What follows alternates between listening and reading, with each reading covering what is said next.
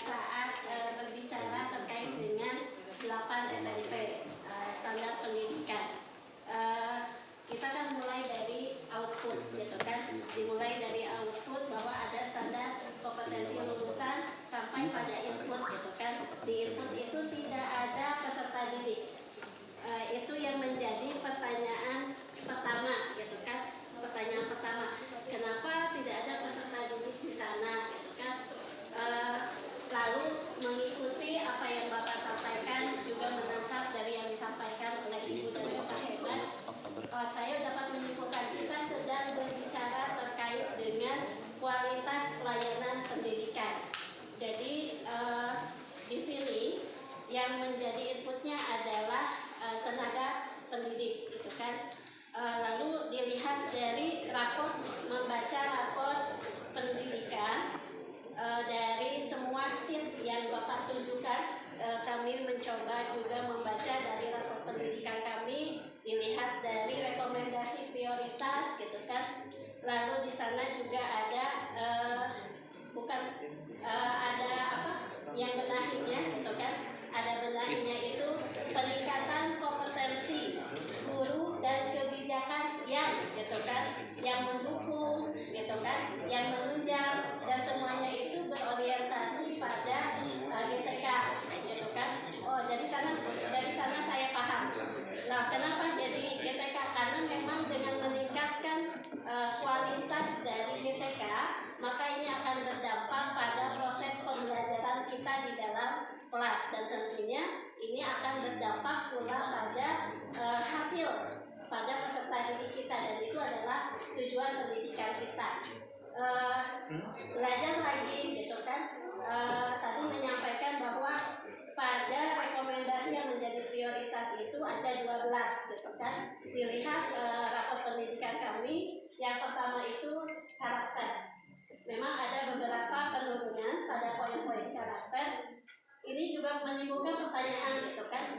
Apa ya yang menjadi pertanyaan pada anak-anak yang sedang mengikuti asesmen gitu kan.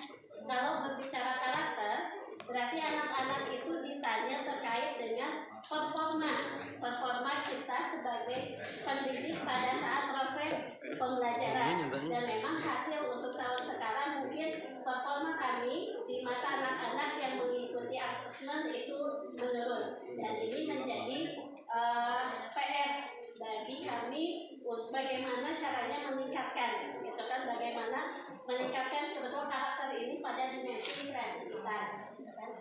Lalu pertanyaan selanjutnya ketika Bapak menyampaikan, ada juga yang merah, ada yang hijau, ada yang kuning, tetapi yang direkomendasikan itu misal yang hijau gitu kan, bukan yang merah.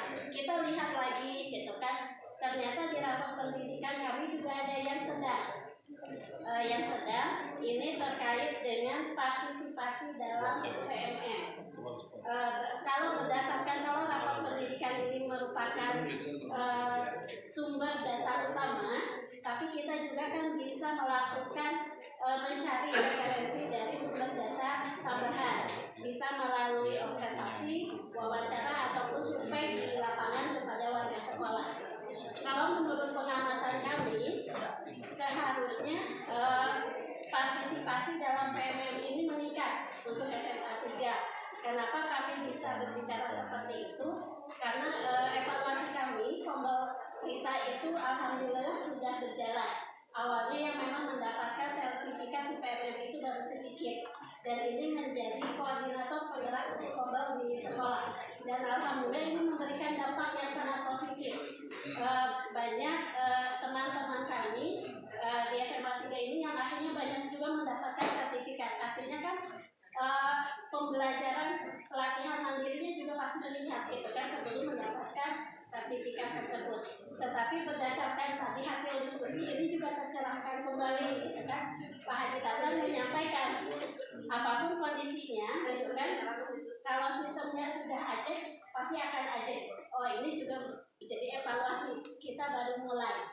Ini mungkin belum terlihat, tetapi kalau kita konsisten dalam komponen mungkin kedepannya ini akan meningkat. Itu saja mungkin pembelajaran yang saya dapatkan hari ini. Sekali lagi saya mengucapkan banyak terima kasih kasih kepada Bapak khususnya dan juga kepada Ibu Bapak semua yang memberikan